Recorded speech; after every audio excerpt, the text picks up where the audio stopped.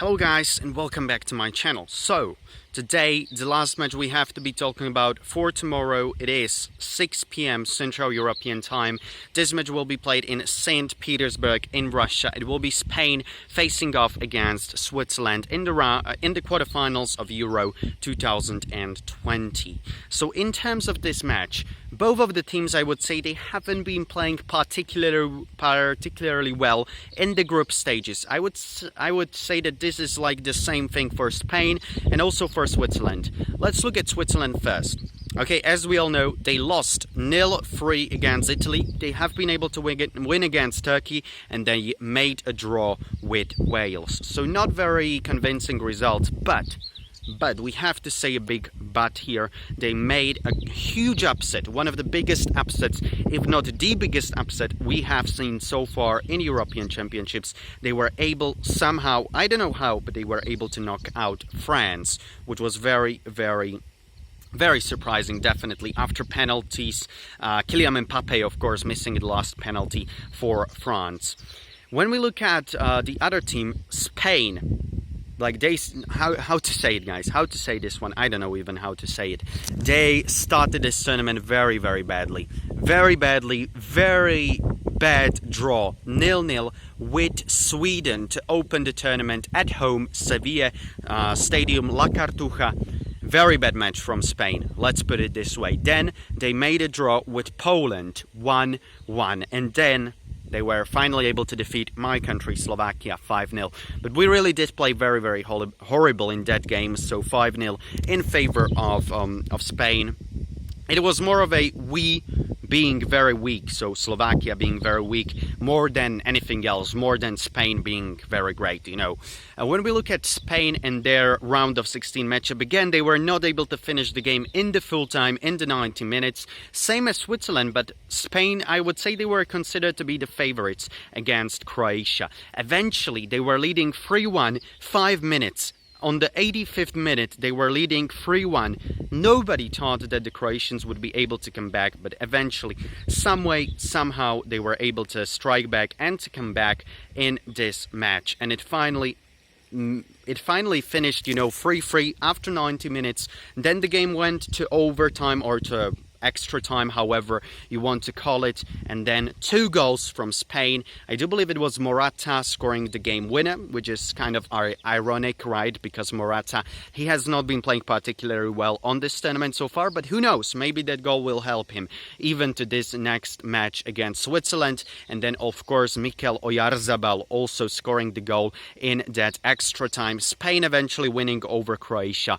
5-3. So these are the results of these two teams so far in this tournament. And actually, right now, guys, I would want to speak about the possible starting 11s or the most notable players on the both sides. At the net, we have Jan Sommer for Switzerland, for sure. He's their hero, their national hero in the match against France, saving that last penalty off Kylian Mbappe, the star from Paris Saint-Germain.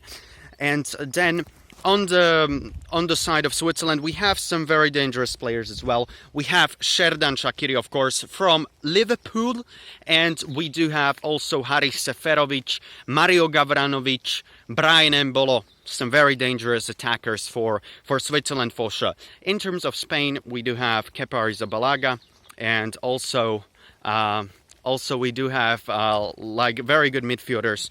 Just to name a few, Koke is there, Saul as well. So Spain, they do have a very strong midfield, not naming the Barcelona midfielders. The very old one, Sergio Busquets, but he's still a very important key player for Spain for sure. And then we do have the youngster from Barcelona, Pedri, and he's a very interesting player as well. Morata, of course, up front. The question is how well Morata will play in this game, because we know Spanish, especially Spanish fans, they are really, I would say, they are not so satisfied with Morata, and no question about it. I'm not surprised with that. He has missed some very big chances already. So yeah, that's like, I think it will be very important, definitely, for Spain, how well Morata can play in this game against Switzerland. But overall, I would say Spain, they should be considered to be a favorite in this one. But We have seen how big of a favorite France was against Switzerland in the round of 16, and still they didn't manage to win that game. So this time it will be Spain against Switzerland, and again I don't know what to say about my prediction here. Spain, actually, they were playing against Switzerland, I do believe, in the October last year in the Europa Nations League, and Spain won that game 1-0, but of course this will be a totally different game.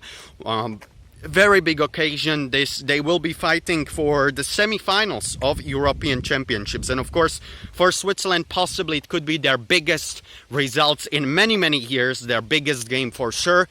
For Spain, we all know how many big tournaments the Golden Generation was able to win. World Cup 2010, European Championships 2012, 2008.